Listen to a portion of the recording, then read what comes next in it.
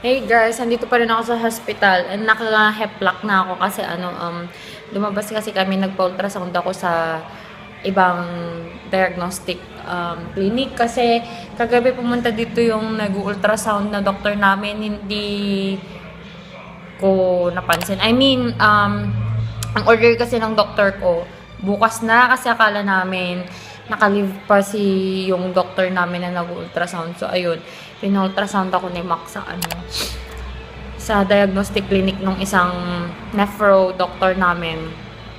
Tapos yun, result, okay, yung kidney ko, hindi naman siya horseshoe kasi normal size naman yung kidney ko, yun nga lang.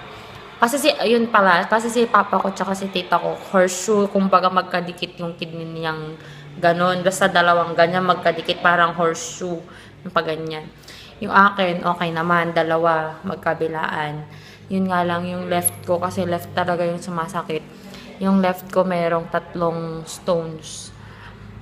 Yun, 3, maliliit pa naman, parang kasi inaano namin yung size ng bato, parang ano na ng mais. For me, hindi yun maliit. Hindi yun maliit. Kasi sabi naman, maliliit pa daw. Kaya pa daw ng gamot. As in talaga, after kong nakita na naiyak na ako. After kong nalaman na ganun yung result, lumabas ako. Naiyak talaga ako. Wrong timing nga, nagmascara ako. Kasi, yun, syempre si papa ko naoperahan sa kidney. Si tita ko, isa na lang kidney niya. Diba? Kaya sobrang... Pwede ka naman ibigay isang kidney kasi... Hindi tayo compatible sa kidney. Sa love life, compatible tayo sa kidney. Hindi.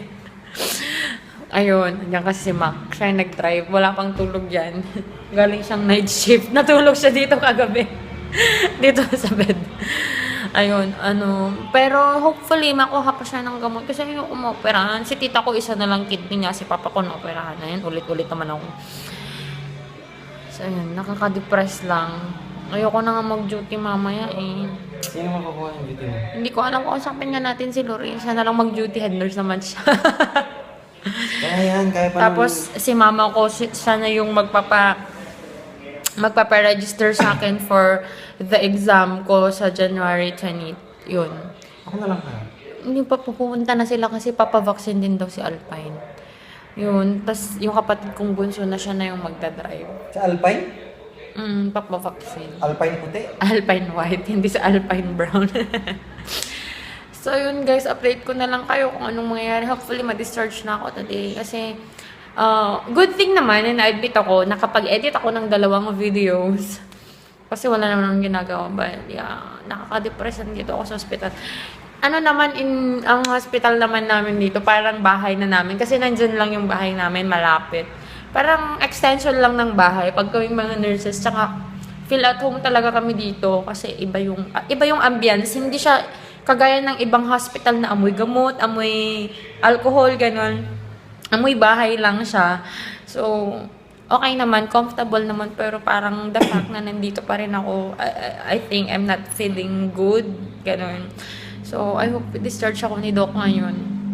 Hey guys! So, magla-lunch na tayo and muntik na nila akong makalimutan bigyan ng food. Loko-loko mga yun. So, what I have here is 1 cup of rice, pakbet, and then what is this? Bangus. And then apple. I'm not really a fan of apple, pero and then Yakult. Hindi ako mahilig sa apple. Mas mahilig ako sa mga citrus, ganun. And then kay Mac naman, yes, rice. What is this? Basta, dish yan ng Ilocano. Borodibod ata ang tawag dyan. And then this one, mukhang masarap. Parang beef steak na parang may ang tawag ba dyan? May pineapple. Pineapple siya dun. So yeah, kain muna tayo and I'm still waiting for the decision of the doctor kung di-discharge na ako today, but yan, hindi na ako mag-duty. Plan ko pa man din mag-duty sana today. So kain na tayo. Let's pray. So, di-discharge na ako. Binigay na nila yung aking discharge instruction. I have 3 meds, but they still want me to be checked by a nephro. Andito actually yung nephro namin kanina, pero hindi ko pa tapos sa kanya yung yung clinic na diagnostic clinic na pinagpa-checkan ko, pinapa-ultrasoundan ko. Pero hindi pa kasi namin alam kanina na may ganun ako. So, probably he will check. Hi. Probably he will check my case and then Po? but they gave me 3 meds, isang antibiotic, isang pain reliever, isang pangtunaw ng stone for 3 months. Gosh, kaya ko ba to?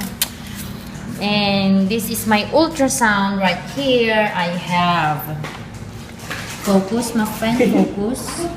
I have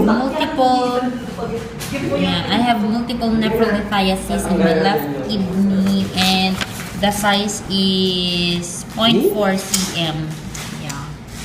And may na-edit na akong pangatlong video. Ang dami ko. Punta lang ako dito para mag-edit ng video and Mac will remove my IV na. Ala, hindi kayo nagpo-focus. Saglit. Ba't di kayo nagpo-focus? Ayan. Patanggal na po. Amoy chiki. Sakit na naman. Aray ko! Feeling ko. Nag-oo ka, ate? Nag-uu ka, ate? Ay, naka-uu yan. Kaya ganyan maglakad. Ikaw yung baka ikaw yung naaamoy ko. Hanggang sa tadi, abang ko inalan, ti ko nakapaigid yung ti cabinet di ko sinipit. Ay, naka-uu ang ate. Oo, yan. Hindi daw sinasabi niya, hindi ako mag-oo, sabi niya. Hindi ko na Hey guys, so natanggal na ni Mac finally. Hindi ba na yung tinitingnan ko? Natanggal na ni Mac finally. So, uwi na kami. Not yet pala. Di pa ako nag-billing. Check mo na. Sana wala akong bayaran. Wala? Ay, may pipi. Oh, sige. Pakilala na lang dito. Salamat. Yung process na yung ng PhilHealth ko. Ni Mac. Yeah. Hopefully walang bayaran. Wala naman kami binabayaran dito kapag pag mga nurses ang naka-admit. Usually wala kami binabayaran. Kasi nakikerry lahat ng PhilHealth. Tsaka hindi naman kasi kami nagtatagal din. May trabaho pa. So, yeah. Change diet na talaga, guys. Kaya yun. Kailangan ng kailangan ng magbagong buhay. Sana may naamoy ko dito yung uo mo, ate!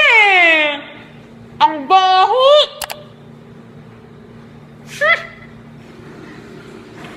Hindi ko siya papakita. Wala siyang panty. Ew! So, see you guys later. Baho!